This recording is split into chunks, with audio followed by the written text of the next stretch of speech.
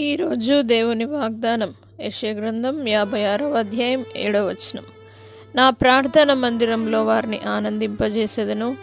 నా బలిపీఠం మీద వారు అర్పించు దహన బలులను నాకు అంగీకారం లగును. నా మందిరము సమస్త జనులకు ప్రార్థనా మందిరం అనబడును. నా ప్రియ సహోదరులారా, దేవుడి రోజు మీతో వాగ్దానం చేస్తూ ఉన్నాడు. ఆయన మందిరంలో నుండి దేవుడు మిమ్మల్ని ఆనందింపజేయబోతా ఉన్నాడు. ఆయన మందిరంలో సంతోషం కలదు. ఆయన మందిరంలో మనం దేవుడు ఆనందింపజేస్తాడు. కాబట్టి ఆయన మందిరంలోనికి మనం వచ్చి ఆయన బలిపీఠం మీద దహన బలులు అర్పిద్దాం.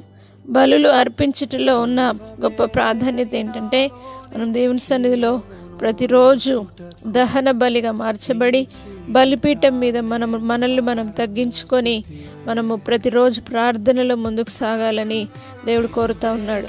మీరు చేయి ప్రతి ప్రార్థనను బలులుగా అర్పించు ప్రతి బలులను దేవుడు అంగీకరించబోతా ఉన్నాడు ఆయన మందిరంలో అని దేవుని వాక్యం సెలవిస్తూ ఉన్నది. ఆయన మందిరంలోనికి వచ్చి మనం ప్రార్థించినప్పుడు, ఆయన మందిరంలో ఆరాధన చేసినప్పుడు, విశ్రాంతి దినాన్ని ఆయన చెప్పిన విధంగా ఆయన ఆజ్ఞగా పాటించి దేవుని సన్నిధిలోనికి వచ్చినప్పుడు దేవుడు తప్పకుండా మన బలులను దేవుడు అంగీకరించి బలిపీఠం నుండి దేవుడు మనల్ని దీవించబోతా ఉన్నాడు. అదేవిధంగా దేవుడు సెలవిస్తూ ఉన్నాడు, నా మందిరము సమస్త జనులకు ప్రార్థనా మందిరం అనబడును అని దేవుడు సెలవిచ్చాడు. దేవుని మందిరము సమస్త జనులకు. అందుకే దేవుడు అన్నాడు, ప్రయాసపడి భారము మోయిచున్న సమస్త జనులారా నా యొద్దకు రండి, నేను మీకు విశ్రాంతినిస్తానన్నాడు.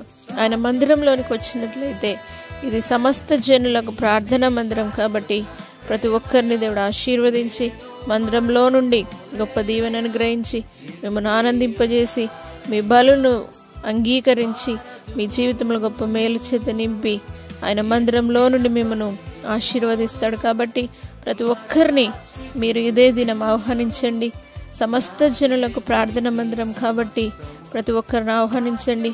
ప్రతి ఒక్కరిని దేవుని సన్నిధానానికి నడిపించండి. దేవుడు మిమ్మల్ని తన మందిరంలో నుండి ఆశీర్వదించి మీ ప్రార్థన దేవుడు అంగీకరించునుగాక. ప్రార్థన. పరిశుద్ధుడా, నమ్మదగిన దేవా, నా మందిరంలో నుండి నేను మిమ్మల్ని ఆనందింపజేస్తానన్నావు. నీ మందిరంలో ప్రతి ఒక్కరిని ఆనందింపజేయండి. నీ బలిపీఠం మీద వారు అర్పించు దేవ బలులను మీరు అంగీకరించండి. పరిశుద్ధాత్మదేవ, నీ సన్నిధి ద్వారా గొప్ప మేళ్ళ చేత నింపండి.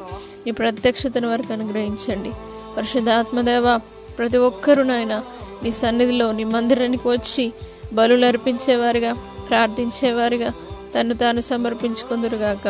దేవా, వారు మాత్రమే కాదు, నీ మందిరము సమస్త జనులకు ప్రార్థన మందిరం అని నీ వాక్యం సెలవిచ్చిన విధంగా అనేకులను నీ మందిరంలోనికి తీసుకొచ్చి దేవా, ప్రతి ఒక్కరు నాయన గొప్ప మేలు పొందుకొని, వారు మేలు పొందుకొని అనేకులకు ఆశీర్వాదకరంగా ఉండుటకు ప్రతి ఒక్కరిని నీ యొక్క శక్తి చేత నింపమని యేసు పరిశుద్ధ నామమును బట్టి అడిగి వేడుకుంటున్నాము తండ్రి.